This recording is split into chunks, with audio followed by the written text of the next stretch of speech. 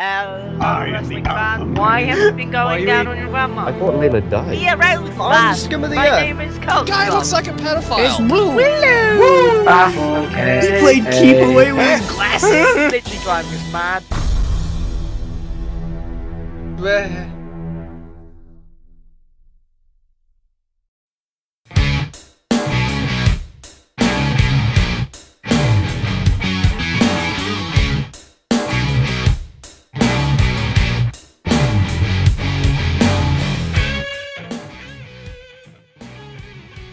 Hello, wrestling fans, and welcome to another edition of the Suplah's Total Divas Review.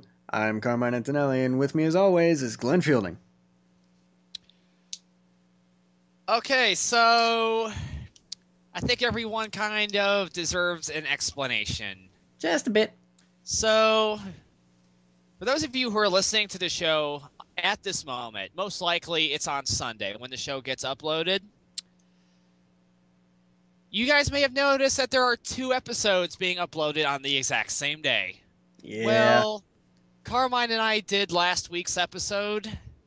We recorded it just fine. I had all the audio mixed and everything. I'm rendering the video. And I completely forgot that my computer wasn't plugged in. And the battery just ran out. Oh. Right in the middle of rendering the show. It's awful. On top of that, not only did I lose the show and I had to redo it, my editing software crashed. Oh. So I had to uninstall it, delete all the corrupted files, and go back and find another place to get a lingoed version of the software that I used to edit this shit. Thankfully, I found something. I got it working. Yeah. I just finished last week's episode about an hour ago of when we're recording this. Yeah. Thankfully. So, yeah, on top of that, I didn't watch the show this week, so Carmine's going to have to fill me in a little bit. It's great. This is going to be great. We'll get first-hand reactions from Glenn Fielding. So the episode starts off on the best note. You know what frickin' thing this show loves more than anything? What's that? Let's put Brie Bella and Nikki Bella in the same scene and they're gonna have lunch together. That happens so frequently in this show. Okay. Have you not noticed this? Oh, yeah, I always have. Every episode has Every episode going back to season 1. There's at least one scene where Nikki and Brie are having lunch together. Every frickin' time. And this episode just starts off with it. And they get in an argument about whether or not a seal is a fish. What? Mm-hmm. Because the place they were at is like right by a beach, and there were a bunch of seal on the shore. And they're like, and Nikki was like, "Oh, look at the seals! They're like big fish." And Bree's like, "They're not fish." And then they get into an argument about whether or not they're fish. And then she looks it up and it's like, "Oh, they're aquatic." Okay.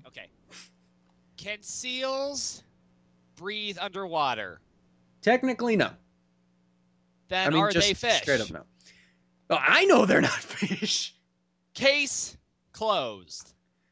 Apparently, Nikki and Bree didn't know that. And then by the end of it, somehow Nikki turned it around to make Bree sound stupid, even though she's the one that said fish. I don't fucking know. And so the next scene, which is, of course, another classic of this show, is 2 people in a car. This time, Bree and Daniel Bryan. And they're on their way to an acupuncture appointment because, hey, guess what the theme of this episode is? Describe acupuncture. Acupuncture. I had to say it right. Acupuncture being treatment through needles. And what exactly are they treating? Well, I don't know.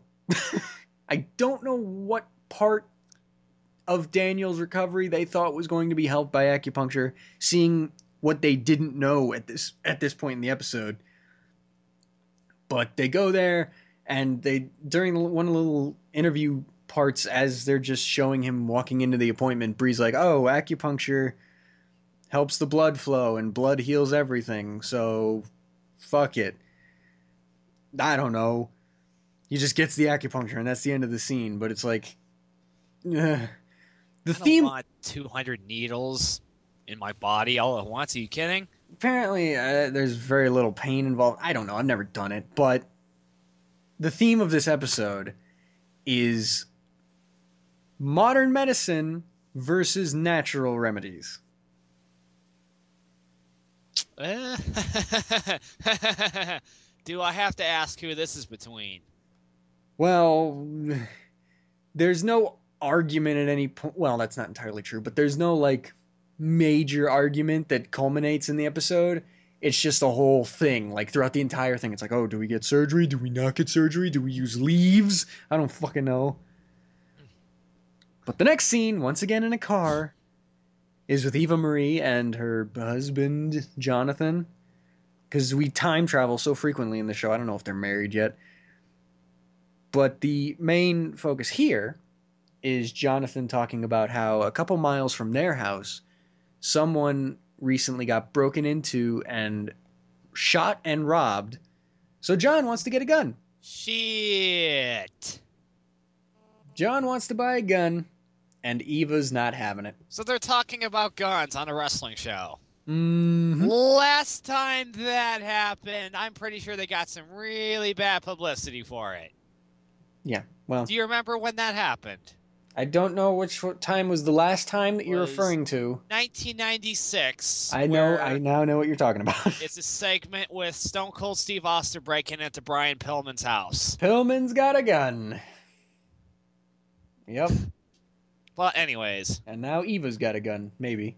maybe. Let's hope not. The next scene is with John Cena and Nikki Bella at the gym, because that's all those two ever fucking do. And John's asking Nikki questions like, how's Brian doing? How's Bree doing? And it's like, oh, they don't want to get surgery because they're fucking naturalists. I don't know if there's a word for it, but John's like, oh, that's stupid. Pretty sure naturalism only lets you live until 60 or lower. Well, then John's like, oh, that's fucking stupid. Every time I had an injury, I just got surgery immediately, and boom, I'm back in 4 weeks. Yeah, but people hate you.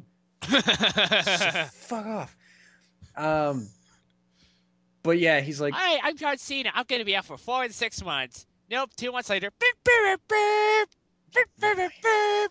oh, that was the worst. But Cena starts making comparisons. It's like, well, if you have a broken arm and you don't put it in a cast, well, then what the fuck are you doing? It's like, that's not quite the same, John.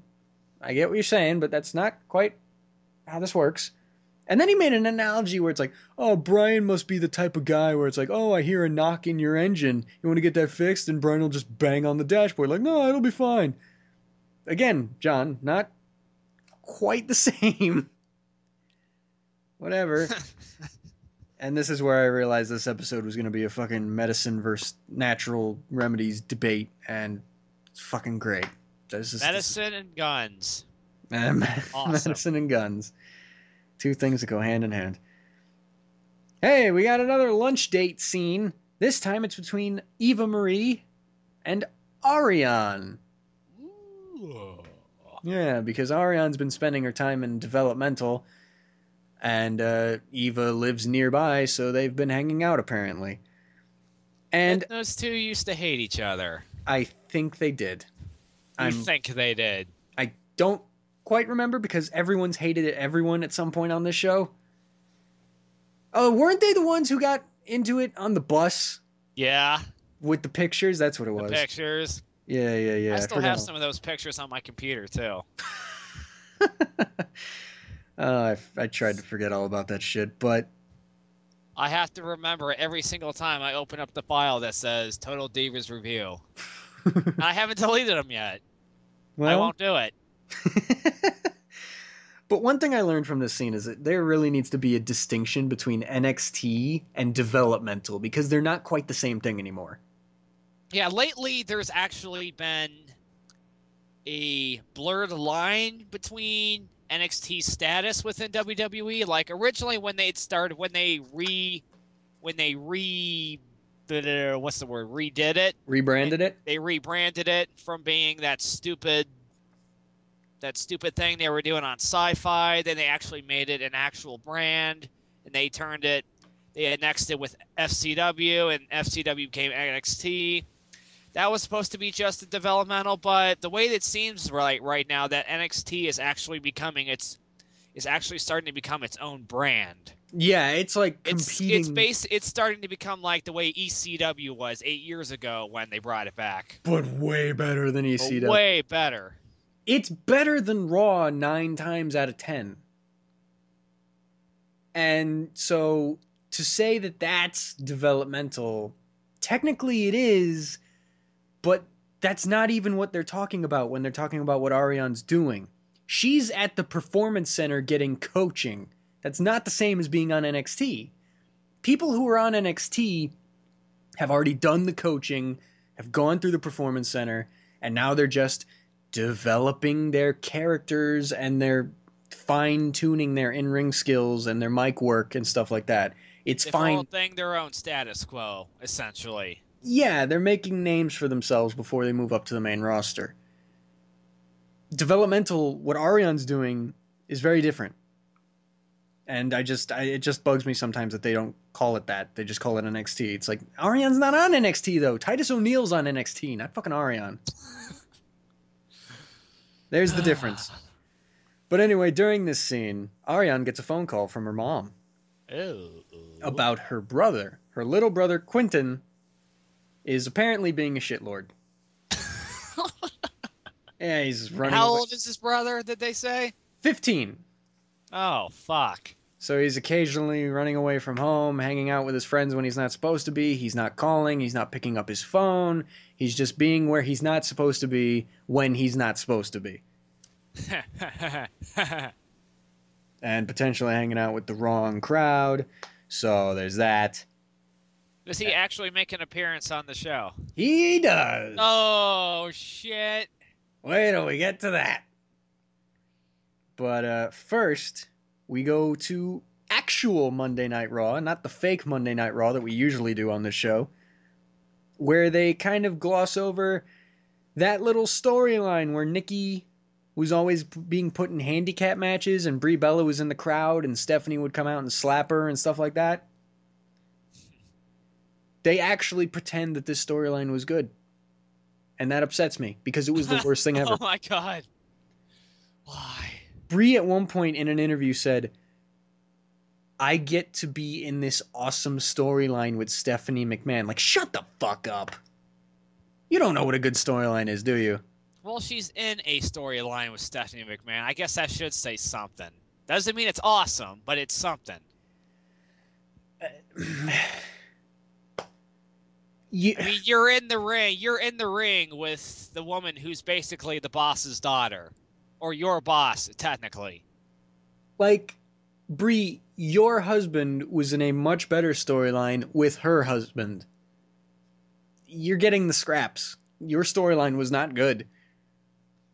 It's not. It's nothing involving the Bellas has been good forever. Never, ever. I can't think of a good storyline involving the Bellas. Oh God, no. So there you go. But anyway, yeah. They don't talk about that for very long. We then go to a backstage thing where Brie and Nikki are walking around, and they start talking about Brian. And Nikki proposes the option of, hey, you guys should probably get surgery for Brian, seeing that you'd probably recover quicker. You don't really have that much money. Remember when you asked us for $100,000? So you kind of need to be working shows so you can get money. You know what would help you get to working shows faster? Is if you fucking got a surgery. And Brie's like, oh, Brian wants to do it the natural way. It's like, oh, guess what? That's not working. So how about you fucking do something? That'll help. Are they actually talking about his neck injury in this? Or are they talking about that secondary injury that they were talking about him having? At this point, it's about the secondary injury. His neck is no longer a topic of discussion, or at least on this show. They're now talking about his right arm, which he has no strength in. He occasionally gets jolts of pain, which will come up in a minute. But yeah, it's about that more than his neck at this point. Okay.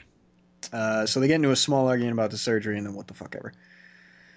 Next scene is the stupidest, because Eva Marie and Jonathan, they go to a gun store that has its own shooting range.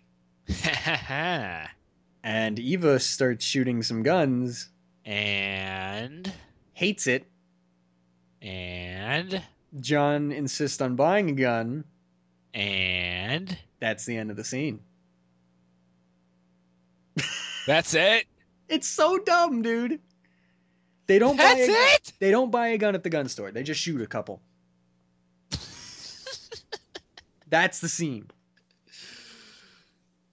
This is like last week's episode with Brie and Brian the washing machine. Exactly. What the fuck was the point? To show that Eva doesn't like guns. And you know what I always forget to bring up, even though I've known it since the beginning? Ever since we've started the show, I constantly forget to bring this up. You know who produces this show? You know who one of the key producers on this show is? Mark Serrano. No. Well, he might, but I don't know. That's not who I'm talking about. Vince Russo. Close. Kevin Dunn. Don't know his name. Sorry. Kevin Dunn is the head producer of Raw. What? The guy who makes everything stupid runs this show. Oh, God. Does it all start to make sense now? Yeah, it does. So maybe that's why we got a fucking scene where Eva and John go to a gun store and don't buy a gun. What if Vince Russo did write this show? Then they would have went to the gun store and bought a chainsaw. Because that would have been a swerve. Exactly. But next, we have another lunch scene. It's always lunch or cars, have you noticed? This time, once again, between Bree and Daniel Bryan.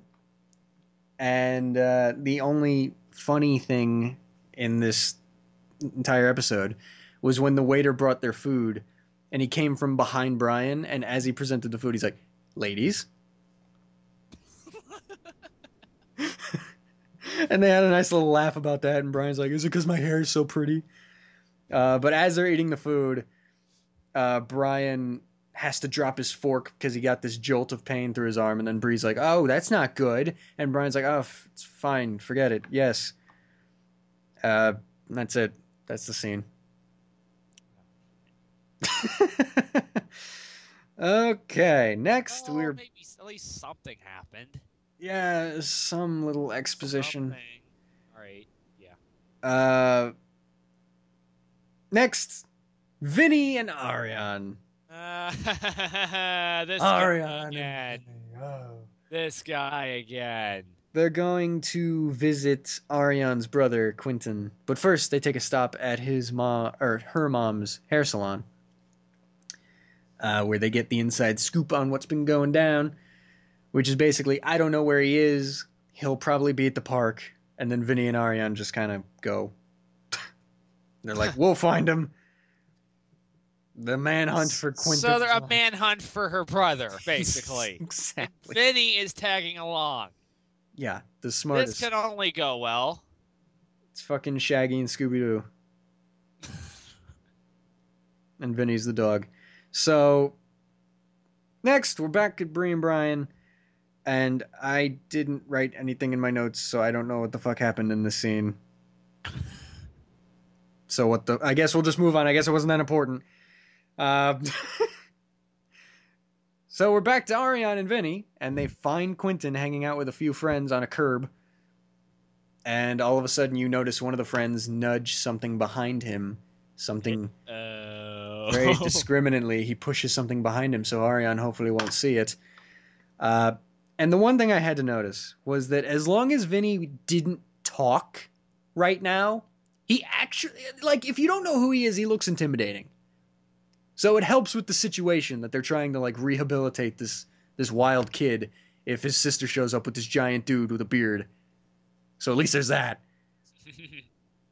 But eventually, Ariane notices the kid nudging something because for some reason he nudges it like 5 times. And she's like, "What is that? Let me see that." and it's a black bag with some kind of bottle in it. They never actually say what it was, but you can assume. And she's like, "Oh, you think this is funny? You think it's funny?" And she, like, as gently as she can, throws it on the ground, and it kind of breaks. And she's like, "You think that's funny?" And so she just takes Quentin with them. And then Vinny starts talking, and the whole mood is ruined.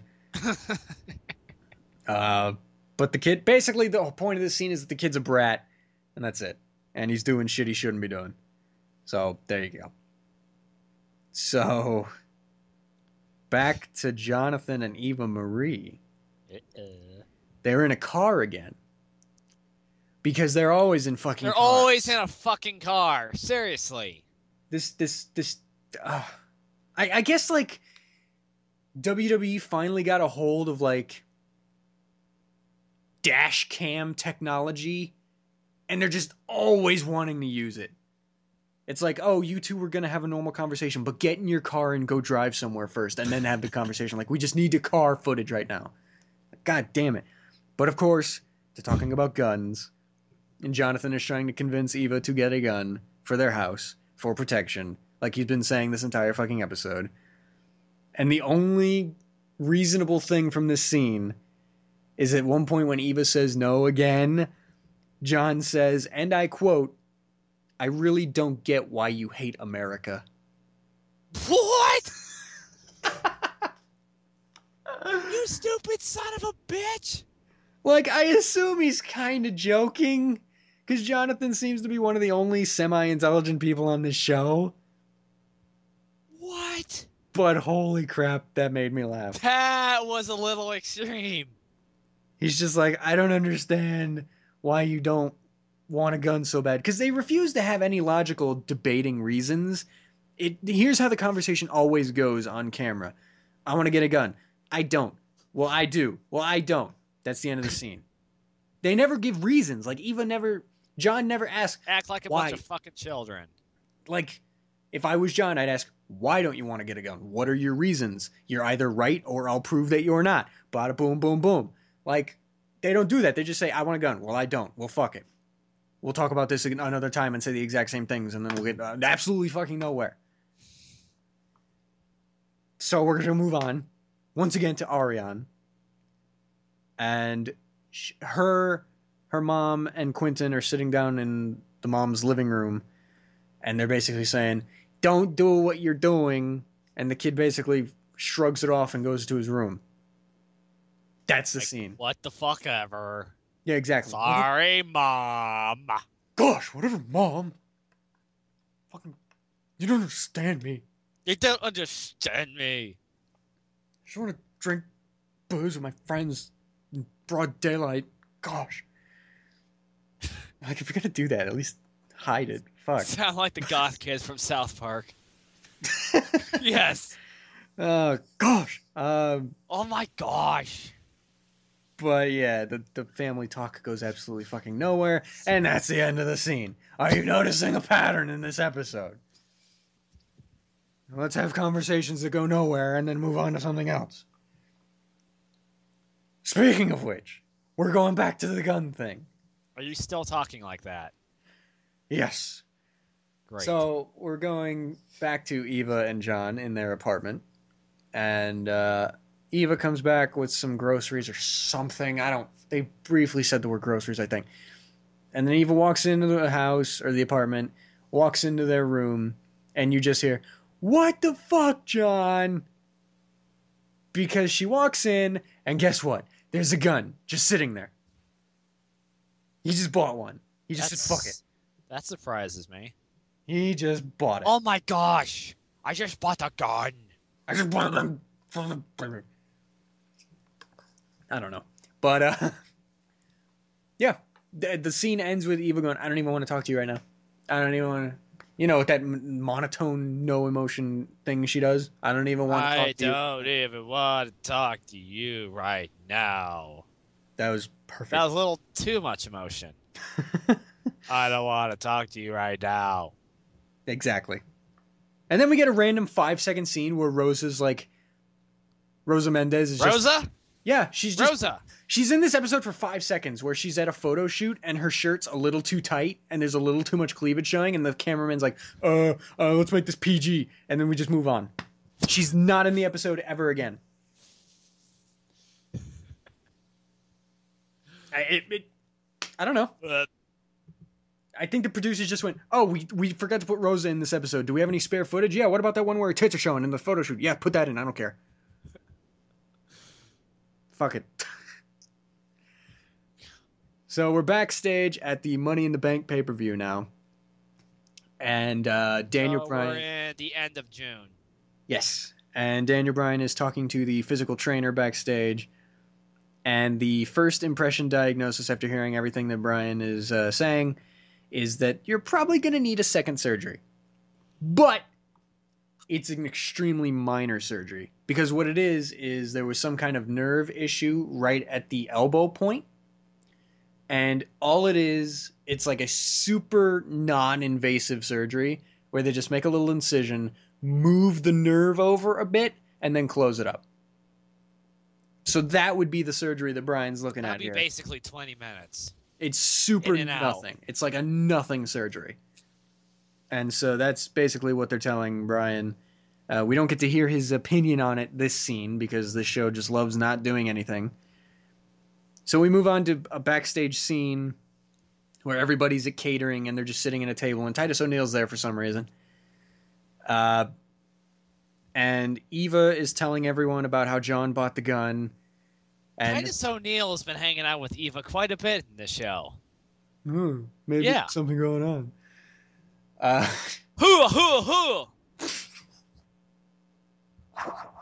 Better than Andy's impression. That's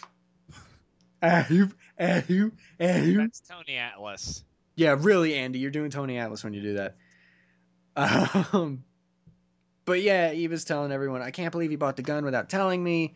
And then Natalia, of all people, is giving her relationship advice.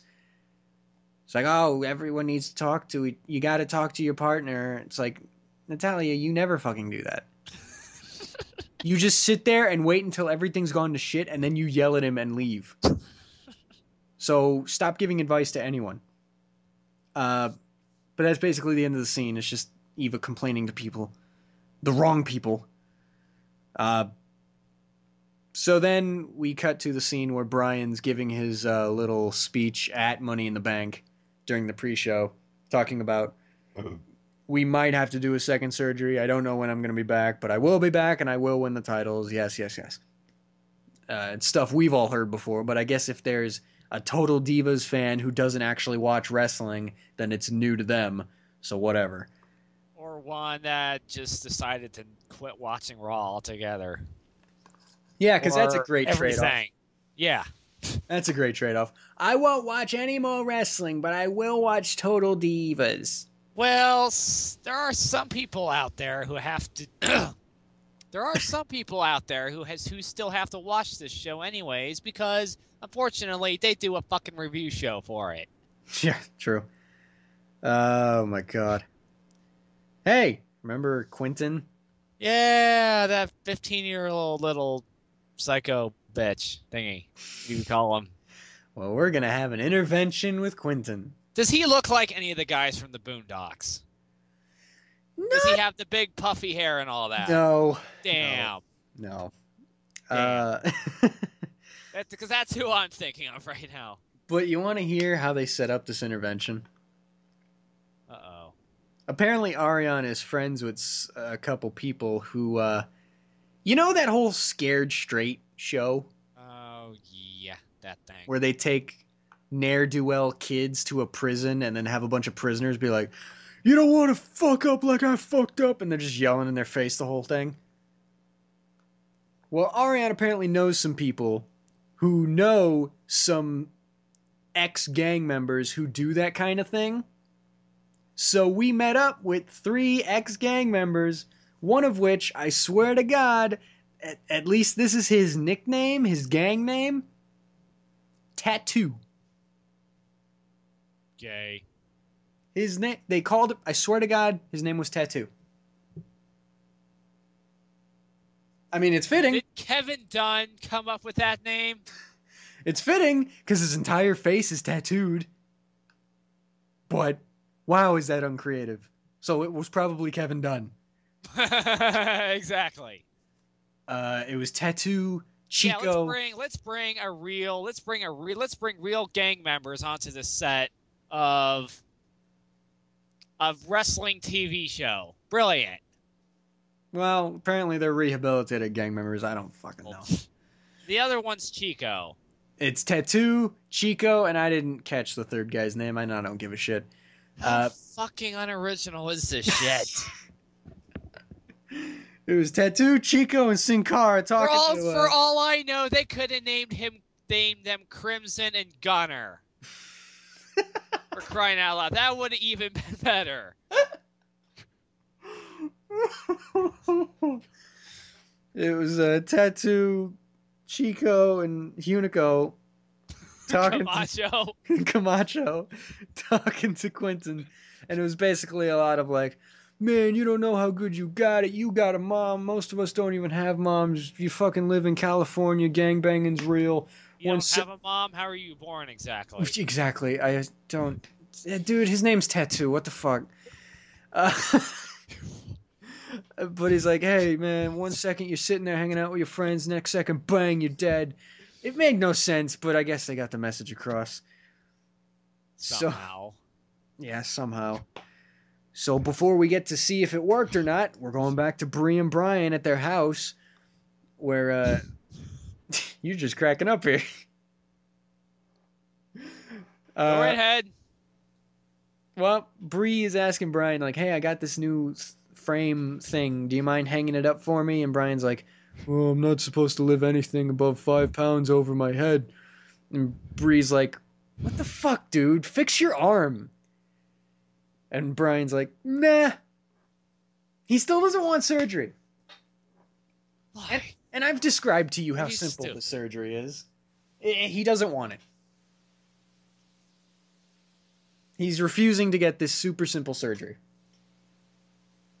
But he decides to get neck surgery, though. So where's the point there? I suppose, like, because he later explains, like, he wants to do the least invasive things first, and if there's no other option, then he'll get the surgery. Okay.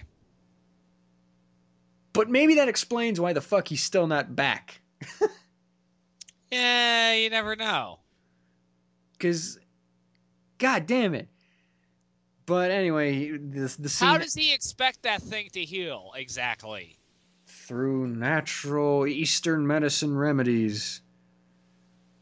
I don't know. All they have to do is go into his elbow and just move the nerve around a little bit. That's it.